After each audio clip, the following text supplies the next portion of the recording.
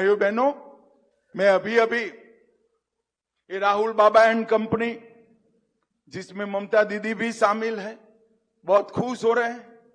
इनको मैं बताना चाहता हूं कि आप स्वप्न देख रहे थे मध्य प्रदेश में, राजस्थान में, छत्तीसगढ़ में भारतीय जनता पार्टी स्वीप कर गई। आप स्वप्न देख रहे थे ओडिशा में भारतीय जनता पार्टी स्वीप कर गई। आप अभी अभी स्वप्न देख रहे थे हरियाणा में भारतीय जनता पार्टी ने लगातार तीसरी बार सरकार बनाने का काम हरियाणा में करा। और मैं आज बंगाल के कार्यकर्ताओं को कहकर जाता हूं, महाराष्ट्र और झारखंड में भी भारतीय जनता पार्टी की सरकार बनने वाली। भाइयों बहनों, 2024 के लोकसभा के चुनाव में राहुल बाबा संसद में बोलते हैं कि हमने हरा दिया, हरा दिया, हरा दिया। मुझे तो मालूम नहीं है राहुल बाबा को उनके साथी भी क्यों नहीं समझाते हैं।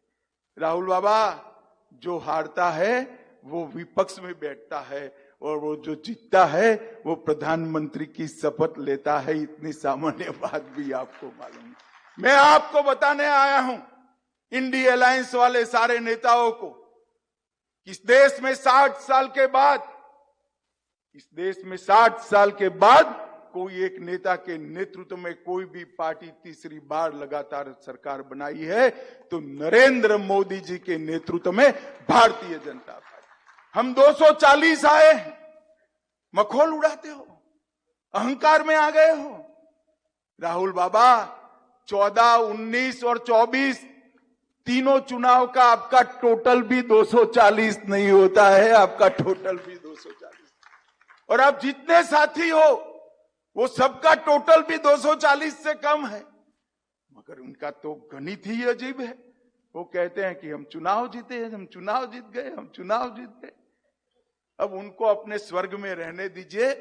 भारतीय जनता पार्टी के कार्यकर्ताओं को मैं बताने आया हूं, 2024 के चुनाव में 7 राज्यों के अंदर भारतीय जनता पार्टी को 50% से ज्यादा वोट मिला है।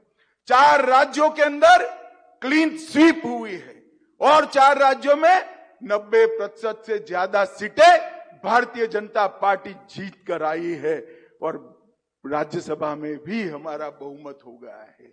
भाइयों बहनों, 60 साल के बाद लगातार तीसरी बार कोई एक व्यक्ति को, कोई एक नेता को देश की जनता ने प्रधानमंत्री बनाया तो हमारे नेता नरेंद्र मोदी जी को बनाया है, नरेंद्र मोदी।